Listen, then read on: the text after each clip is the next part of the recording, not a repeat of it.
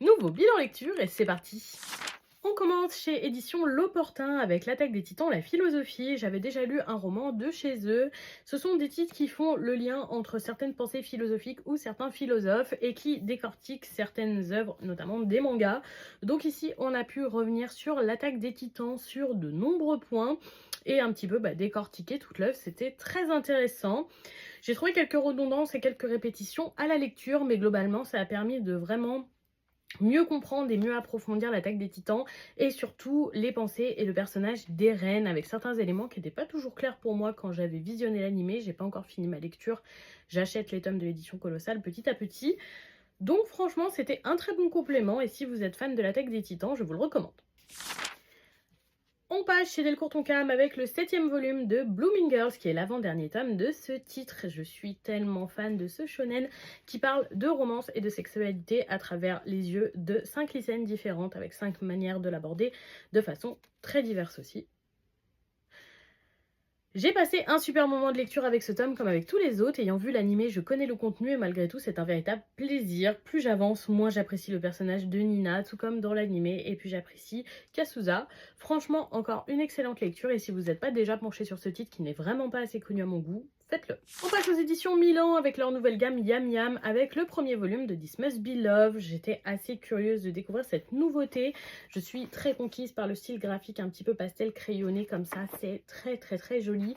Malheureusement, j'ai été un petit peu moins emportée par la lecture. La romance est très sympathique, on est sur une histoire de voyage dans le temps avec un fond de musique, ça avait vraiment tout pour me plaire. Malheureusement, notre protagoniste m'a beaucoup déçue, je ne suis pas du tout fan de son caractère, résultat j'ai eu du mal à accrocher à la lecture quand on n'aime pas la protagoniste, je trouve que c'est très dur d'apprécier une romance, donc je pense que je ne continuerai pas ce titre. On passe chez Komiku avec le premier volume de Crime Game. J'attendais très impatiemment cette lecture. On est sur un espèce de battle royale pour survivre, vous savez, où il faut tuer d'autres personnes pour gagner des points, etc. Un style de lecture que j'apprécie quand on arrive à sortir des codes de base de ce genre de lecture, ce que ce titre n'arrivera pas à faire. Je retrouve tout ce que j'ai déjà pu voir dans d'autres titres, ça manquera d'originalité pour moi, mais si vous avez jamais lu quelque chose de ce genre, ça pourra vous plaire. Je trouve aussi que les personnages acceptent beaucoup trop facilement leur situation globalement et que l'effet de surprise n'est pas au rendez-vous. C'est dommage, mais je ne vais pas continuer. On passe chez Kotun avec le 6e volume de Seule la mort attend la vilaine. Je suis toujours aussi conquise par ce titre. J'ai passé un très bon moment de lecture avec ce tome qui nous permet de mieux découvrir le personnage de Winter, mais aussi sur la dernière page d'avoir une véritable intrigue et une véritable antagoniste qui apparaissent. Je continue de penser que notre protagoniste va finir avec Calypso et je suis curieuse de savoir ce que vous en pensez. On passe chez Michel Lafon avec le dernier volume de Mary My Husband. Ce titre a été un gros coup de cœur pour moi et ce 7e et dernier tome est un petit peu le tome pas obligatoire. Il complète bien la série et permet de repasser sur les couples secondaires et d'avoir quelques ellipses pour découvrir notre couple encore plus heureux qu'il ne l'était. Mais j'avoue que j'ai préféré ce titre pour la quête de vengeance que pour la romance. Donc voilà, c'était pas le meilleur tome, mais au moins la série est finie et je l'ai adoré.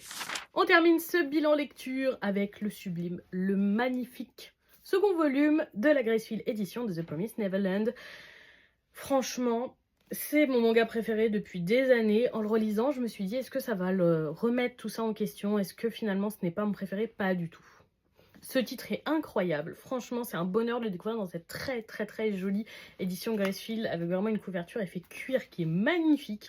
J'ai adoré la lecture, on est dans mon arc préféré qui est l'arc de l'évasion qui continue encore après, un petit peu après ce tome parce que c'est à peu près des doubles tomes et franchement quel bonheur, c'était magnifique, j'adore ce titre et je vous le recommande 1000 fois. Et pas l'animé. Et voilà pour ce bilan lecture, dites-moi si vous avez lu ces titres ou si certains vous tentent, je serais curieuse de vous lire dans les commentaires.